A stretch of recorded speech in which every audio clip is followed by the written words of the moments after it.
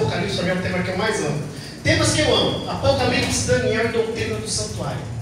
A doutrina do santuário me interessou a partir do dia que um pastor, ele disse o seguinte: adventista que não entende a doutrina do santuário não está preparado para ir para o céu. Eu tinha 13 anos na época. E quando ele falou aquilo, que era a coluna, uma das colunas centrais da Igreja Adventista do Sétimo Dia como instituição, aquilo me preocupou. Porque como que eu vou ensinar uma coisa que eu não sei? E eu comecei a estudar, e eu fui me apaixonando, e me apaixonei. Então são os temas que eu mais gosto: doutrina do santuário, Daniel e Apocalipse. E hoje nós vamos começar o estudo do Apocalipse. Preparo para o tempo do fim. No século 21, as pessoas hoje estão pregando muito de que Deus é amor, e eu concordo que Deus é amor. Deus, ele é justiça, eu também concordo que Deus é justiça. Só que nós temos que nos preparar para nos encontrarmos com o Deus de amor e o Deus de justiça. Porque ele é amor, só que ele também é justiça. E se eu não estiver preparado para esse grande dia, eu vou ficar. Hoje eu cumprimento vocês. Se eu não me preparar, eu vou querer a cabeça de vocês numa bandeja, porque o Espírito Santo vai se retirar de mim. Hoje eu venho à igreja. Quando chegar o momento mesmo da perseguição, se eu não me preparei hoje, eu vou caçar vocês e vou matar vocês. É uma realidade que nós não devemos fugir. É uma realidade que pode acontecer na minha e na sua vida se não nos prepararmos. O grande conflito, Deus ele fala que existem pessoas que vêm para a igreja para estudar e entender o que vai acontecer, que no momento exato será o braço direito de Satanás na perseguição. Que não seja eu e que não seja você. Amém. Amém? Mas antes de darmos início ao estudo do Apocalipse, nós temos que estudar sobre o autor do Apocalipse. Nós sabemos que o Apocalipse, o autor principal é a divindade, é Deus. Só que Deus usou alguém aqui na terra para traduzir essa revelação para nós. Vamos lá. Olha só. O livro do Apocalipse começa com a palavra revelação de Jesus Cristo. E essa revelação foi dada a João. Mas aí pode surgir uma pergunta: quem foi o João? Era ele o mesmo João, discípulo de Jesus? Quem era João, o autor do Apocalipse? Primeiramente, vamos entender que o nome João não era comum nos tempos do Novo Testamento. Por exemplo, existem alguns nomes hoje que não é comum. Por exemplo, o nome da Isa não é comum, o nome dela não é Isa. É que resumiu. O nome dela é Izoraza. Gente, é comum esse nome? João também não era comum na época. Esse nome não era comum.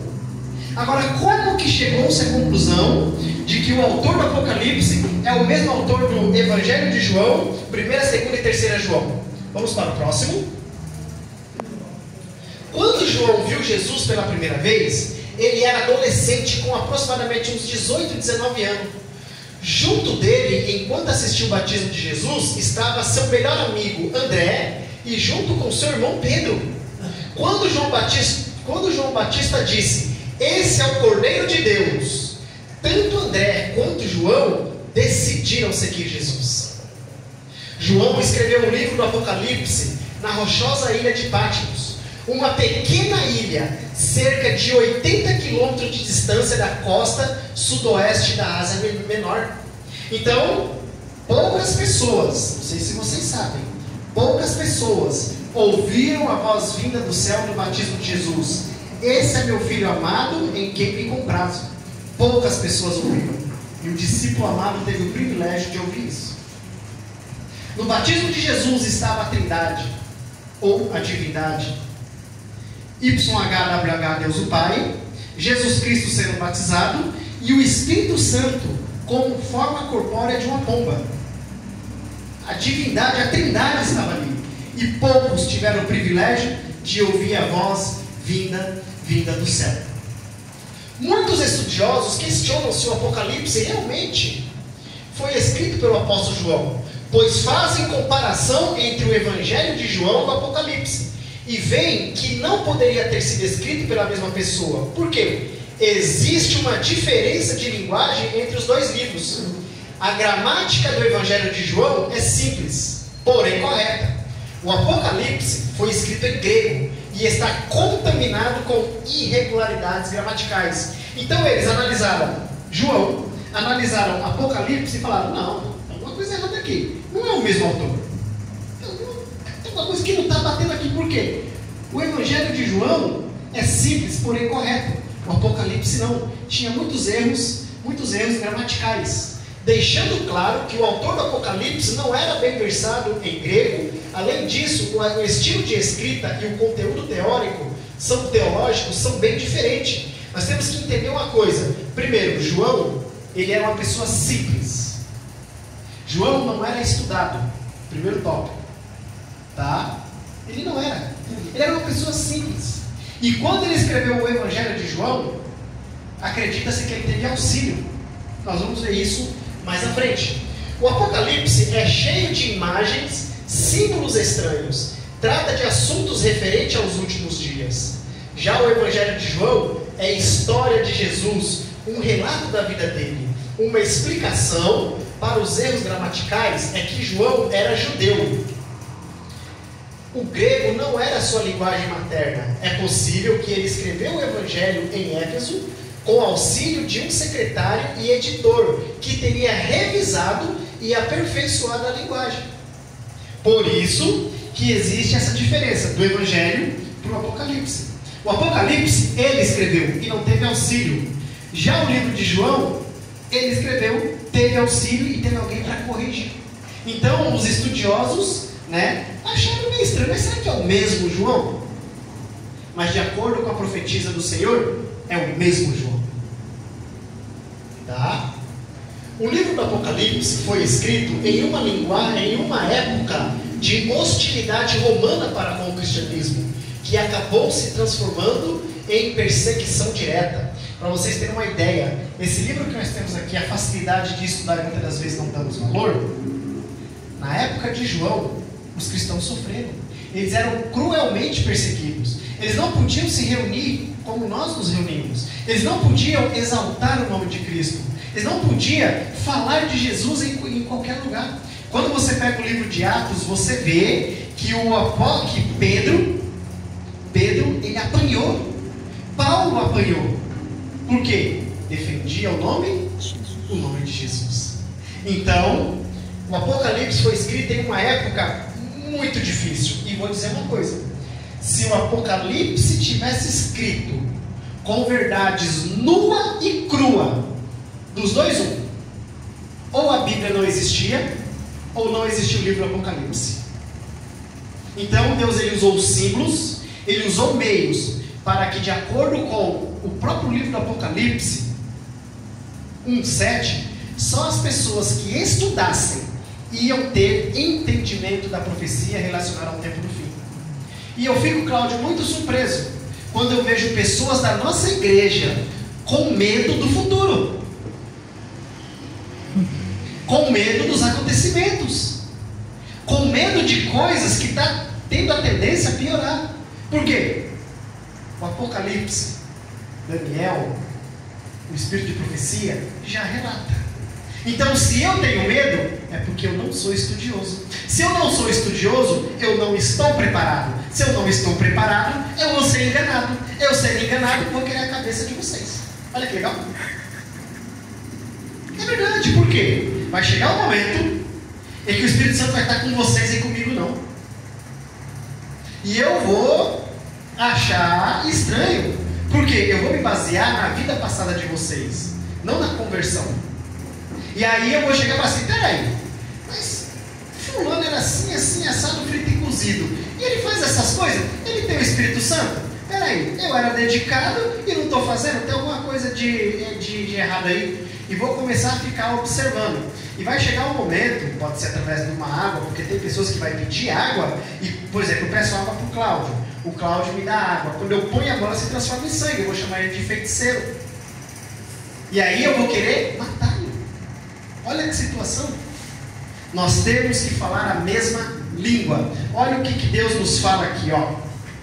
Olha só, nós temos que falar a mesma língua. Olha o que Deus nos fala. Em sentido especial, foram os adventistas do sétimo dia, postos no mundo como atalaias e portadores de luz. Amém. A eles foi confiada a última mensagem de advertência ao mundo a perecer. Sobre eles incide maravilhosa luz da palavra de Deus. Confiou-se-lhes uma obra da mais solene importância: a proclamação da primeira, a proclamação da segunda, a proclamação da terceira mensagem angélica. Nenhuma obra há de tão grande importância. Não devem eles permitir que nenhuma outra coisa lhe absorva a atenção. E hoje, como o menino falou ontem ali, esqueci o nome dele, o Eduardo, está muito mimimi nos sermões da igreja. E eu concordo com ele. Dos novos batizando, eu duvido. Você pega 10, eu duvido. Se 2 sabem os 10 mandamentos de cor, e se sabe a doutrina do santuário, pelo menos resumidamente de cor. Não sabe. Por quê? É um estudo xoxo, é um estudo visando batismo e não preparando para o reino.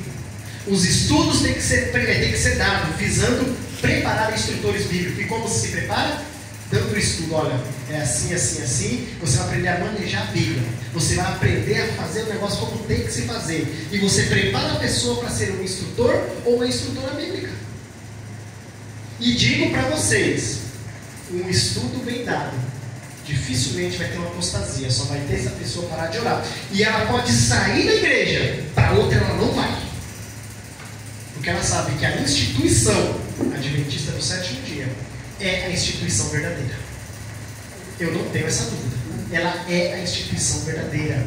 Ela foi instituída por Deus para dar a última mensagem. Amém. A advertência ao mundo que está a perecer. Os ministros devem apresentar, onde está escrito, aqui isso que eu li agora, livro Evangelismo, na página 119, página 120. No mesmo livro, Evangelismo, página 196, Deus ele diz o seguinte: devem os ministros apresentar a firme palavra da profecia como fundamento da fé dos adventistas do sétimo dia.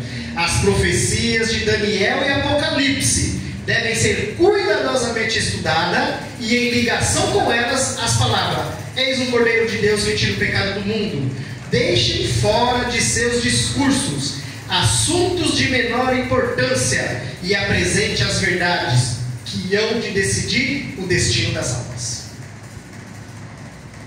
E uma coisa, quando pregando por aí, já não prego mais, que eu estou me concentrando mais aqui, eu sempre falei: Deus é amor, todo mundo sabe. Mas e as profecias? Que Deus é amor até o diabo sabe. Mas e as profecias? O que está para acontecer? Nós temos que nos preparar. Nós temos que alertar o povo de Deus quanto a isso. O grego não era a linguagem materna do apóstolo. É possível que ele escreveu o evangelho em Éfeso com auxílio de um secretário, tá bom? Né? O livro do Apocalipse foi escrito em uma época. Alguns argumentam que o Apocalipse foi escrito em 54 a 68 depois de Cristo, durante a perseguição de Nero César. Esse argumento só baseia-se em suposições. Vocês sabem quem foi Nero? Vocês sabem o que Nero fez? Nero, ele era tão ruim, ele era tão satânico. O plano dele era aumentar o império dele. E ele foi colocou fogo numa parte lá do império, para poder aumentar o império dele. Só que o fogo fugiu do controle. Das 14 cidades, das 14 províncias de Roma, queimou-se 10. E o povo queria esganar ele, queria matar ele. Sabe o que ele fez? Ousadamente, na casa dele tinha um anfiteatro. Ele abriu o anfiteatro para as pessoas, mandou prender um grupo grande de cristãos, pregou esses cristãos em poste, colocou picha, acendeu fogo para clarear o caminho das pessoas, cristãos sendo queimados. Outros, ele deixou os animais sem comer uns dias, pegou bicho qualquer, matou, jogou sangue sobre os cristãos e jogou na arena. Sabe aquela vibração que tem nos estádios de futebol? Era o que as pessoas tinham vendo os cristãos sendo mortos. Será que o bichinho era ruim?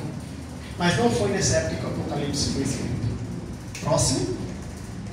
De modo geral, existe um consenso acadêmico de que o Apocalipse foi escrito durante a época do fracassado, por natureza, Domiciano. Por volta de 94, 95, 96 da nossa era. Domiciano ele era tão fracassado que ele era perdedor por natureza. E quando ele viu que João era um homem temente a Deus e que não arredava o pé, ele mandou jogar João dentro de uma caldeira de azeite ardendo, do azeite fervendo. E ele saiu totalmente ileso. Ele, furioso, mandou para a ilha de Patmos. Olha que situação. E quando Nerva assumiu o comando depois que Domiciano morreu, era costume dos imperadores libertar alguns da prisão e mandar de volta para Éfeso. E acredita-se que João, o discípulo amado, fez parte desse pessoal que voltou para Éfeso. Ali ele concluiu o seu livro do Apocalipse e ali mesmo ele descansou no Senhor. Alguns autores cristãos, como Irineu, discípulo de Policarpo, que por sua vez foi discípulo de João, afirma que o livro do Apocalipse foi escrito durante a época de Domiciano. Então esse homem aqui, Irineu, tem um livro dele. Ele fala, ele afirma que o livro do Apocalipse foi escrito na época desse cidadão. O Apocalipse foi escrito para ser uma carta. Os princípios para a compreensão de qualquer carta envolvem descobrir por quem e para quem ela foi escrita, bem os motivos pelas quais foi composta e enviada. O Apocalipse foi, em primeiro lugar, destinado a 7 igrejas que estão na Ásia. Essas igrejas já existiam por um tempo considerável. No fim do primeiro século, a situação dessas igrejas se caracterizava por declínio espiritual e apostasia. Então, quando começou a escrever o Apocalipse, o destino era 7 igrejas. E não tinha só essas 7 igrejas. Essas 7 igrejas era a base das outras igrejas. E a mensagem que deu para essas igrejas, que serviu para outras, serve para nós hoje. E esse ano de 2025, a apostasia está tomando conta. Pessoas que eu conheço, que estavam ali firme, está desanimada. Está se apostatando. Porque não és quente nem frio, porém és morno. Estou a ponto de vomitar da minha boca. Quando que começa uma apostasia? Quando eu paro de orar. Parei de orar, eu já estou me apostatando. O tempo que eu saio da igreja, eu não me apostatei ali. Eu já me apostatei 1 ano, 2 anos, 3 anos ou 10 anos antes, parei de orar. Eu sair da igreja foi só uma consequência. Isso é sério. Próximo. Eles enfrentavam um número cada vez maior de problemas externos e internos. Então, o povo dessas igrejas, eles enfrentavam muitos problemas internos entre os irmãos e externo do império, que era idólatra. Por exemplo, a igreja de Éfeso tinha a deusa da fertilidade, Diana. Pensa na situação da cidade de Éfeso. Hoje nós enfrentamos o problema do celular, que em vez de ser uma bênção, está se transformando em maldição. Casamento é desfeito por causa do celular, pessoas perdem o trabalho por causa do celular, pessoas morrem por causa do celular, perdeu-se comunicação com o amigo por causa do celular, e a apostasia está crescendo por causa do celular. No passado era a deusa Diana, no século XXI o celular, que é uma bênção, usada errada é uma maldição. O caso é sério. E olha que interessante, tá? Falando um pouquinho sobre o apóstolo João. Agora vamos falar um pouco agora sobre o Apocalipse. Dos 404 versículos do Apocalipse, 276 são citações de outros autores bíblicos. E dos 39 livros do Antigo Testamento, 27 são citados no livro do Apocalipse. O apóstolo João, recebendo a visão de Deus, dos 404 versículos, ele citou 276 no Antigo Testamento. E dos 39 livros do Antigo Testamento, 27 é citado em Apocalipse. É Deus no comando da história. Quando nós acreditamos que Deus está no comando da história da nossa vida, dificilmente nós vamos duvidar de Deus. Dificilmente. Agora, se eu não conheço Deus, não tenho amizade com Deus, eu vou duvidar. Eu vou duvidar quando vir o desemprego. Eu vou duvidar quando vir a crise familiar. Eu vou duvidar quando vir a doença. E eu vou criar dúvidas. Por quê? Porque eu não tenho amizade com Deus, Criador do céu e da terra. Eis o motivo da apostasia. Tá? E outro detalhe que afirma que João é o autor do Apocalipse. Quando você pega o livro de São João, ele cita o Cordeiro de Deus, não cita? Algumas vezes. No Apocalipse, ele faz 29 vezes, tá? A citação de que Jesus é o Cordeiro de Deus, dentro do Apocalipse. A mesma coisa que fez no livro de João. E detalhe, João ele faz a citação, vi, olhei, ou algo do tipo, 73 vezes. E ele é convicto de que Jesus é o Cordeiro de Deus. Você tem convicção de que Jesus é o Cordeiro de Deus? Você acredita que Deus é o Criador, sustentador da nossa vida? Uma outra pergunta, você acredita que a Igreja Adventista do Sétimo Dia é a Igreja da Profecia? Você tem essa convicção? É isso que nós temos que ter em mente. Uma mente convicta. Pode acontecer o que acontecer, dos caminhos você não desvia. Porque você está convicto, você sabe. O caminho é esse, não tem acordo, e eu sei que eu vou tomar pancada. Mas é esse caminho que eu vou seguir. Amém. Porque eu sei de onde vim, sei aonde estou, sei para onde vou. Glória a Deus. E Deus é o Deus, nosso Criador e mantenedor de todas as coisas. Próximo. O Apocalipse é a revelação de Jesus Cristo e deve ser estudado, apreciado, respeitado e, acima de tudo, obedecido. Não adianta eu conhecer e não obedecer, porque no céu eu não vou entrar. Olha o que Deus nos fala aqui, ó. Como povo, vou ler. Como povo, achamos-nos em perigo de proclamar a mensagem do terceiro anjo de maneira tão imprecisa que não impressione as pessoas. Eu vou traduzir para o português. Nós temos o risco de proclamar a terceira mensagem de uma forma tão xoxa. Sabe o que eu admiro nos irmãos pentecostais nossos? Eles não têm a verdade, mas eles têm o amor. E a convicção deles é tão grande que ele convence as pessoas.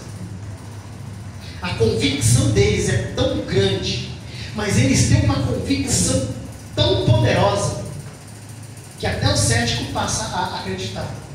E nós? Servos de Deus, a buzina tocar, breve Jesus voltar. É que só. O povo canta dormindo. E o povo pentecostal? É fogo do céu. É fogo sobre eles. É fogo. É unção. É glória. Você acha que Deus vai deixar essas pessoas no esquecimento? Então, nós temos que dar um sonido afinado à terceira mensagem angélica. Nossa mensagem é de vida ou morte e devemos permitir que apareça tal como é o grande poder de Deus. O Senhor então fala eficaz. Temos que apresentá-la com toda a sua poderosa força. Livro Evangelismo, página 230. Satanás ideou um estado de coisas por cujo meio a proclamação da terceira mensagem angélica será detida. Devemos acautelar-nos dos seus planos e métodos. Não deve haver abrandamento da verdade, nem disseminação da mensagem para esse tempo. Uma vez eu fui pregado na igreja, e assim, O tema do Apocalipse, gente, não é para qualquer um, não. Não é para qualquer um. O nosso irmão Luiz, não sei se vocês sabem, Luiz Gonçalves, não sei se vocês conheceram antes de ser pastor e depois. Antes de ser pastor, era um evangelista. Se tornou pastor, foi um fracasso. Ele foi podado. Por quê? Eles não gostam que fala a verdade como se deve falar. E eu fui pregar numa igreja. Apocalipse 13. No final, o pastor veio me repreender. Falei, depois não, porque você pegou pesado, deixou os membros por meio. Falei, sabe qual é o seu problema, pastor? Você é fraco. Falei isso para ele. Você é fraco. Você tem medo. Você tem medo.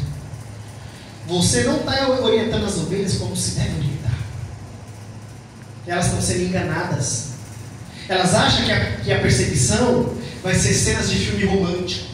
Vai ser aquela coisa delicada. Não. Você vai ter que depor diante de um tribunal.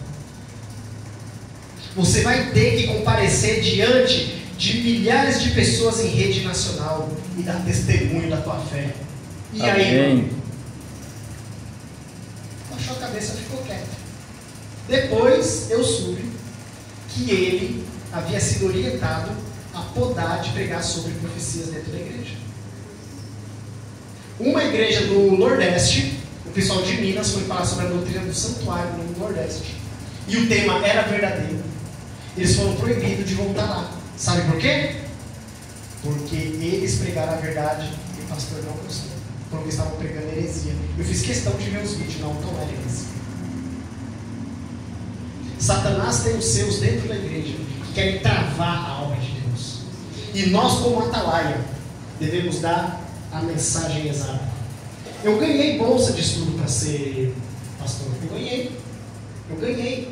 Instituto Adventista Cruzeiro do Sul, IATS. Por que eu não fui? Uma pessoa que estava estudando falou assim: você quer ser pastor? Vem cá, bora bater um papo. E ele começou a falar algumas coisas para mim. Nós temos que dar a mensagem lá dentro, nós vamos ser podados.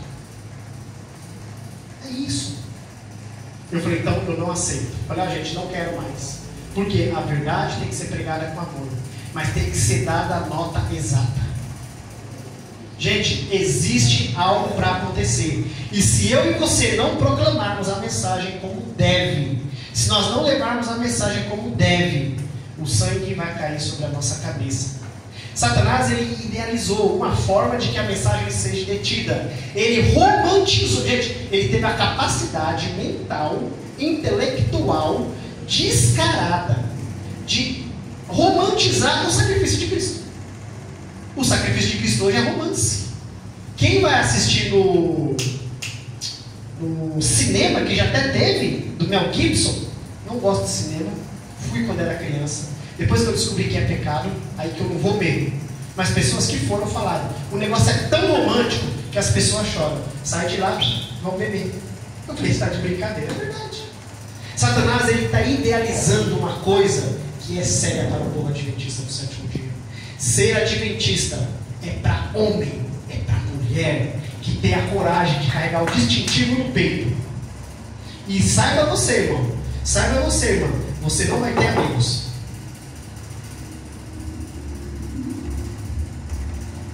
Você não vai ter amigos. Porque a verdade dita como deve, Satanás não vai deixar vai tentar não deixar com que você faça o que tem que ser feito. Ele idealizou esse estado de coisa. Nós devemos nos acautelar de seus planos e métodos. Não deve haver abrandamento da verdade, nem dissimulação da mensagem para esse tempo. A mensagem do terceiro anjo deve ser fortalecida e confirmada. O capítulo 18 do Apocalipse revela a importância de apresentar a verdade, não de maneira acanhada, mas com ousadia e autoridade. Tem havido demasiado rodeio na proclamação da terceira mensagem angélica. Não tem a mensagem sido proclamada com a clareza e nitidez com que devia se dizer. Ou seja, Apocalipse 13, Apocalipse 17, Daniel 7, Daniel 8, não está sendo proclamado como deve. As pessoas têm medo. E muitas pessoas despreparadas também, porque outro dia falaram para mim, o Papa é a besta. Eu falei, não, o Papa não é a besta. Não é. Então, se o Papa morreu, a profecia caiu por terra. Vocês entendem que nós temos que estudar? Besta é a cúpula, é o papado, é o sistema. É o sistema que elege papas, tá? E que elege outros para poder fazer a obra que tem que ser feita. E vou dizer mais a vocês, e não vou dizer abertamente, tá? Agora, não é o momento. Por trás do papado existe mais dois sistemas poderosíssimos. E nós estamos brincando de ser cristão.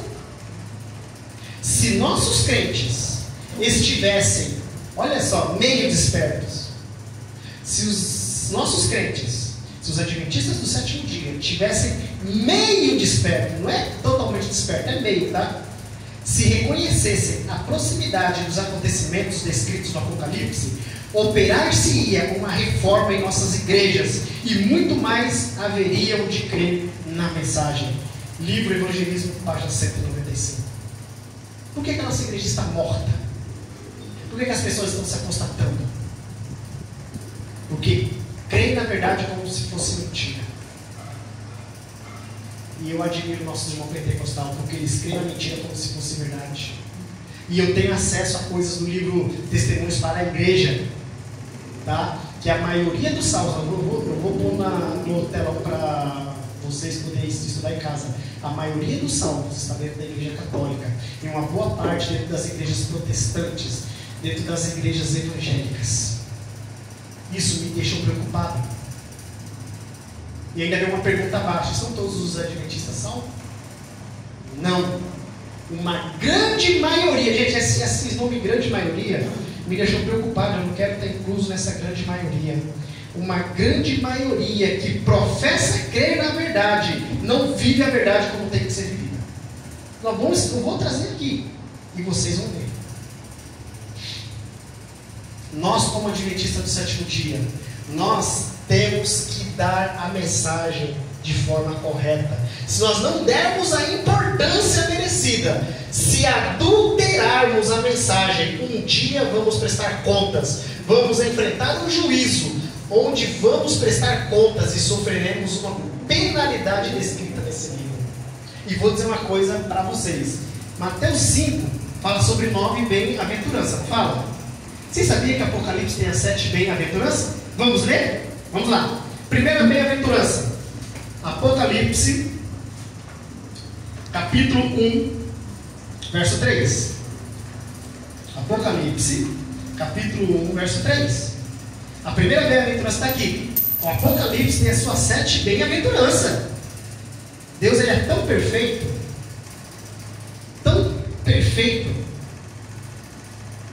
que ele escreveu assim tão detalhadamente, que só vai se perder quem quiser. Olha só. Bem-aventurado aqueles que leem, os que ouvem as palavras dessa profecia e guardam as coisas nela escritas, porque o tempo está próximo. A segunda bem-aventurança, Apocalipse 14, 13. Segunda bem-aventurança, Apocalipse 14, 13.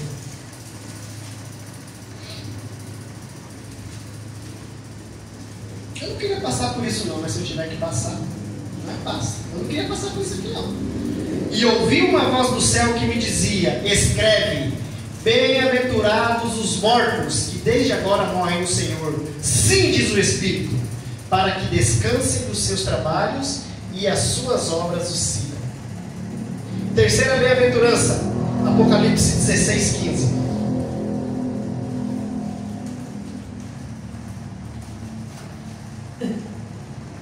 Eis que venho como um ladrão. Bem-aventurado aquele que vigia e guarda as suas vestes, para que não andes nu e não se vejam a sua vergonha. Apocalipse 19, 9.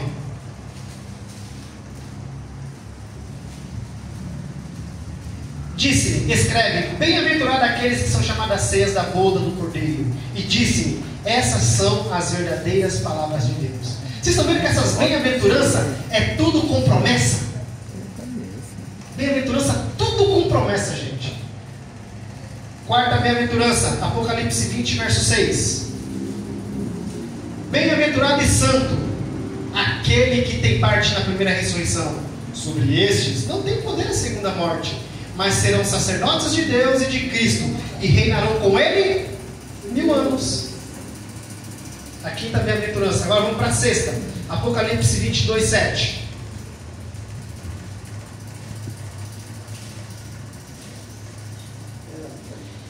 Eis que presto venho. Bem-aventurado aquele que guarda as palavras da profecia deste livro. Eis que cedo venho. Bem-aventurados aqueles que guardam as profecias, as palavras da profecia deste livro. Você tem guardado? Como está a sua fé? Se nós tivermos, isso já aconteceu comigo, tá?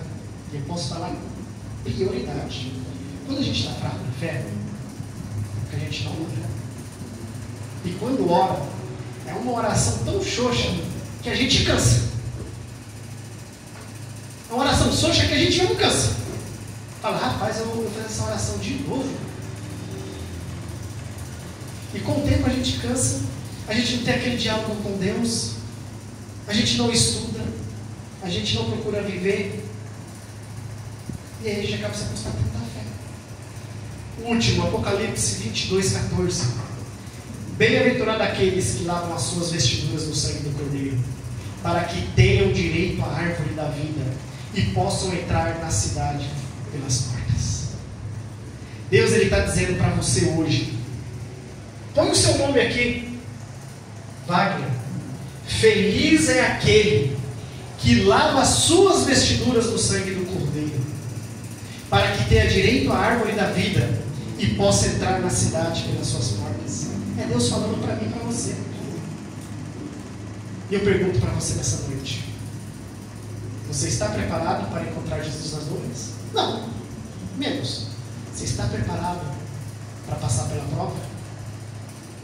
Eu lembro quando eu fui fazer a prova de Detran.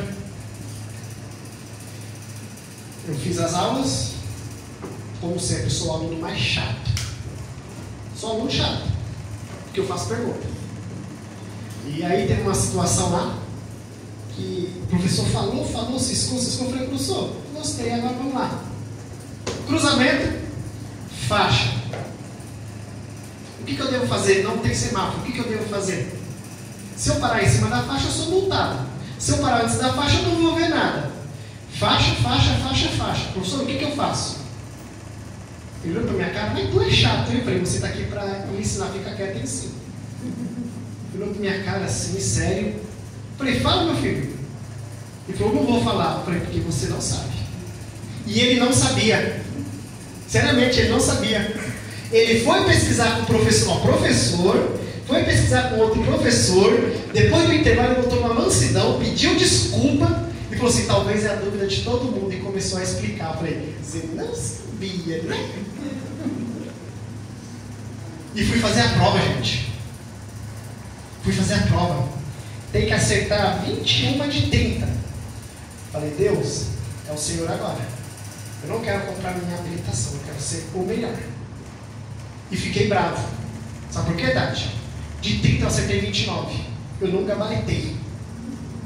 Eu caí na pegadinha que não era para ter caído. Fui para a prova prática. Eu tremia que nem vara verde. Reprovei, falei, eu não vou comprar. Cristão não compra habilitação. Amém. Cristão que é cristão não compra habilitação. Fui lá e falei, não vou comprar e vou tirar. Você duvida? Porque Deus ele é comigo. Na primeira eu dancei, na segunda eu não dancei não. Paguei, fui lá e passei. Falei, obrigado, Senhor, você ainda não me desse altura. O que eu quero dizer para vocês com isso? Que eu tive a oportunidade e consegui. Na prova, não vai ter uma segunda chance. Para nós adventistas do sétimo dia, não vai ter aquele gabarito, aquela prova que você vai ficar de frente ao computador, de frente ao celular ali, ó. Não vai ter. esse livro ele vai ser tirado. E o Espírito Santo só vai fazer você que está nos assistindo lembrar, você que está aqui ouvindo lembrar o que você estudou durante a sua vida. Se você estudou, se você assistiu muita novela, na perseguição você vai lembrar da novela. Se você gostou de falar mal do irmão, da irmã, você vai lembrar na perseguição que você falou mal da irmã. Agora eu vou caçar, eu vou matar ele, ou vou matar ela. Se você não era uma pessoa de oração, no momento da perseguição você vai continuar não sendo uma pessoa de oração. Irmãos, estamos no limiar da nova terra. O povo ficou 40 anos no deserto, porque no limiar da nova terra fizeram a maior besteira da vida deles. Murmuraram, blasfemaram. E nós estamos no limiar da nova terra. Não deixe que a fofoca, não deixe que o orgulho, não deixe que as luzes do mundo tire você do limiar da nova terra. O povo ficou 40 anos no deserto. O meu destino será o fogo. Não vou ficar 40 anos no deserto, eu vou queimar. Junto com o diabo. Eu vou queimar. E vai ser um sofrimento a menos para ele, porque eu vou estar pagando pelos meus erros. Vai se queimar comigo. Porra, deboche. O que Deus quer que você aprenda? Que você vai ter direito a ter acesso à árvore da vida. E que você entre na cidade pelas portas. Mas para isso acontecer, você tem que mudar de vida. Não sei como tem sido a sua vida até esse momento. Eu não sei o que você tem feito até esse momento. Mas eu convido a você a ficar de pé. Nós vamos cantar de hoje em diante novamente. E eu peço para você, fale com Deus e muda. Muda. Muda. Agora é o momento de mudar. Agora é o momento de você falar: Senhor, eu sou ruim. Fala que você, não adianta eu esconder. Zuma, não vai adiantar eu esconder de Deus. O meu jeito difícil, Ele sabe. Como é que eu vou esconder se ele não... Exatamente. Não, ele só vai ser nosso amigo se a gente tiver amizade com Ele. Raimundo, não adianta a gente querer esconder. Nós temos que chegar e falar: Senhor, eu sou isso aqui, me ajuda, me transforma. Eu sou fofoqueiro, eu sou ruim, eu sou matador. Não sei, eu sou um adulto, eu não sei. Senhor, me muda. Porque de hoje em diante eu quero ser uma pessoa diferente. De hoje em diante eu quero fazer com que as comportas do inferno tremam ao ver eu sair para pregar o Evangelho. Vamos cantar?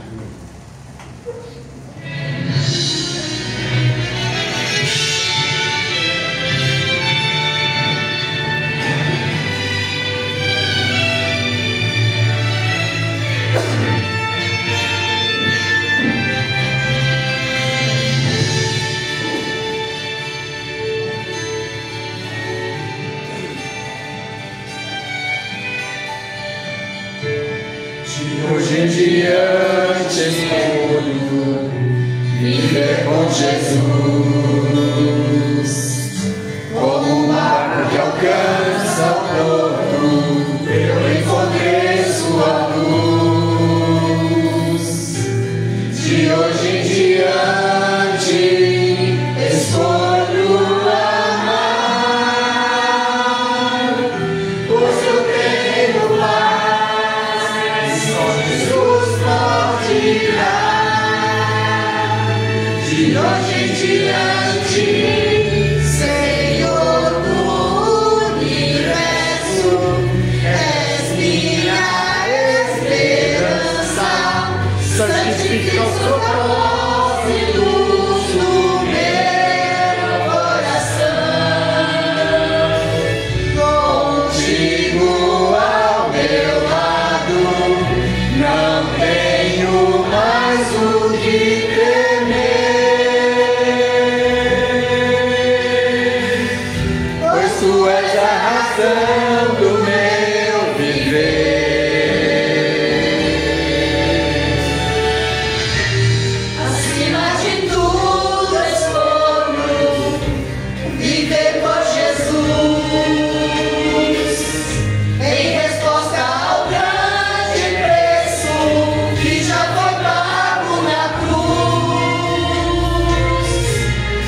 sigo teus passos pra não me perder.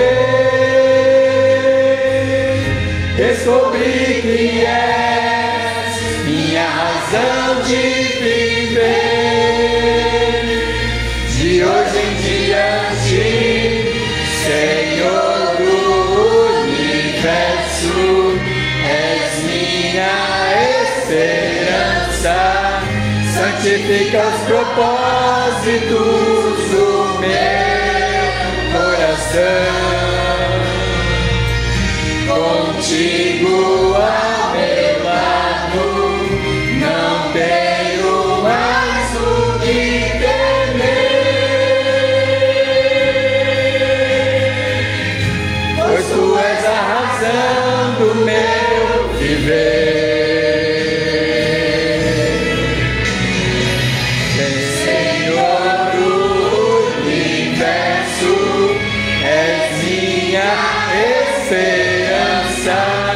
Santifica os propósitos do meu coração. Contigo ao meu lado, não tenho mais o que temer, pois tu és a razão do meu viver.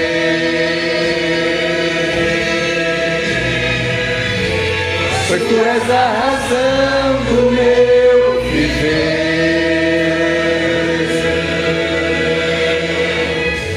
Pois tu és a razão do meu viver.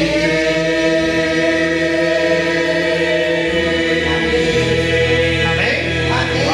Vou falar uma coisa para vocês. Pastor Júlio é um dos poucos, eu vi ele pregar poucas vezes, mas as poucas vezes que eu vi ele pregar, ele é um dos poucos que diz a verdade como tem que ser dita. Amém. Eu vi ele pregar no Vila Rochelle 2 vezes. Não, minto, uma vez no Vila Rochelle e 2 vezes aqui. Quando passava eu saía muito. E assim, a forma que ele fala, que nem sempre aquela história, ele bate e assopra. Pastor Júlio, ele bate e assopra. Entre ouvidos outros. Exatamente. Bate. O Eduardo é outro, que bate e assopra. São pessoas que trazem a verdade. E são poucas pessoas que têm a coragem que eles têm. E são poucas. Para mim foi dada a oportunidade de pregar lá no Vargem Grande uma vez. Porque, como a maioria das pessoas sabe, eu sou adventista de berço. E eu aprendi com meu pai que a gente não pode ser mentiroso, não pode ter medo de falar a verdade. Eu posso ter mínimo defeito, mas mentira na minha boca não. Quando eu vou aí, eu respeito o lugar que eu estou, eu prego a verdade, aquilo que o Espírito Santo toca em mim. E as pessoas me odeiam, não me dão oportunidade. Mas eu louvo a Deus. Se eu não puder pregar dentro da igreja, eu vou pregar lá na rua. Amém. Então nós como cristãos, nós temos que pedir também. Eu estou na igreja há 41 anos. Eu tive dificuldades para lidar com a transição, porque eu estou vivendo os dois lados da igreja. Quando eu vi a coisa mudando, eu tive muita dificuldade. Um dia o Espírito Santo falou assim: Wagner, você vai se perder. Eu estava dormindo, eu acordei com essa voz: você vai se perder. E aquilo mexeu comigo. E ele começou a me orientar o caminho que eu tinha que tomar. E hoje eu procuro seguir o caminho que ele me orienta. Quando me fazem pergunta, eu falo: quer ouvir?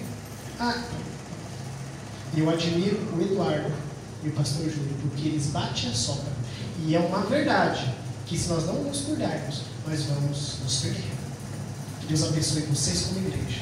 Que Deus abençoe vocês como pessoas. Que nesses 7 domingos, o próximo tema é surpresa, não faltem. Tá? Não vou seguir sequência, vamos tratar dos principais temas. Tá? Vai ter as 3 mensagens angélicas e tudo mais. Que vocês possam se preparar para dar a mensagem que o mundo precisa ouvir. Amém. E que vocês possam se fortalecer, que vocês possam se apegar aos pés de Cristo e que juntos possamos contemplar Jesus na glória do céu. Amém. Vamos orar. Santo Deus, estamos aqui como igreja, falhos, pecadores, com muitos defeitos, Deus. Defeitos que, se não for a sua misericórdia, no céu nós não vamos entrar. Que o Senhor possa abençoar o teu povo. Que o Senhor possa abençoar a tua igreja. Que o Senhor possa, Pai, nos reeducar. Que nós possamos, ó Deus, colocar aquele distintivo que os valdenses, que os mártires, que os primeiros adventistas colocaram. Que nós possamos, ó Deus, não pregar com nossa palavra, mas com o nosso testemunho. Que nós possamos viver esse evangelho. E que naquele grande dia nós possamos contemplar o Senhor no céu e dizer: esse é o nosso Deus a quem aguardávamos. E que naquele grande dia, na eternidade, o Senhor possa mostrar para a gente um fruto do nosso trabalho tão árduo aqui na terra. E que possamos ver as pessoas que foram salvas, fruto do nosso exemplo, fruto da nossa fala também. Estamos aqui consagrando a nossa vida a Ti. Estamos aqui nos colocando em Tuas mãos. Estamos aqui, ó Deus, disposto a ser mudados. Eu vou falar por mim, Senhor, o que eu sempre falei: não respeita o meu livre-arbítrio, Senhor. O Senhor tem autorização para não respeitar. O Senhor tem autorização para me repreender quando tiver que repreender, sem respeitar o meu livre-arbítrio, porque se o Senhor respeitar, eu vou me perder, porque eu faço muita besteira. Então eu, como Wagner, estou pedindo: não respeita e me ajuda a ser segundo o seu coração. Amém. Ajude a igreja do Álamos a ser segundo o seu coração. Perdoa-nos como igreja, perdoa-nos como indivíduo. Dai-nos uma boa semana, uma boa noite de sono, em nome de Jesus. Amém. Amém, Pai eterno.